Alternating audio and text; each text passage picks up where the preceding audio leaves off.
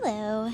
So today we are going to try a different method of writing the equation of a line from a slope and a point, or from 2 points. Please take notes so that you can duplicate these results on your own and be prepared for your test. So here we have our slope and a point, which is going to make everything a little bit easier. So we need to remember that our point is x and y values on our line. So we can use our y equals mx plus b because we have a y and an x value, but we are missing our b value. So what we're going to do is plug in the information we have. So we're going to have 5 equals 3, which is our m, times our x value of 2 plus b.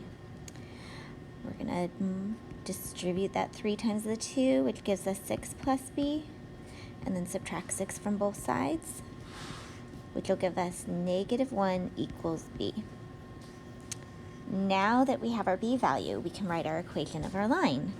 So we'll have y equals our slope, our m value, x minus 1, our b value. That's it. This time we're given 2 points, but we're missing our y-intercept and our slope. So we do have to calculate both of those values. So let's start with our slope. We're going to have -4 and 1 and -2 and 2. So our change in y to go from 1 to 2 is +1, and our change in x to go from -4 to -2 is +2. So that's going to give our change in y over our change in x is going to be 1/2, and it's positive. So now we have a point and a slope. So we're going to plug it into our y equals mx plus b.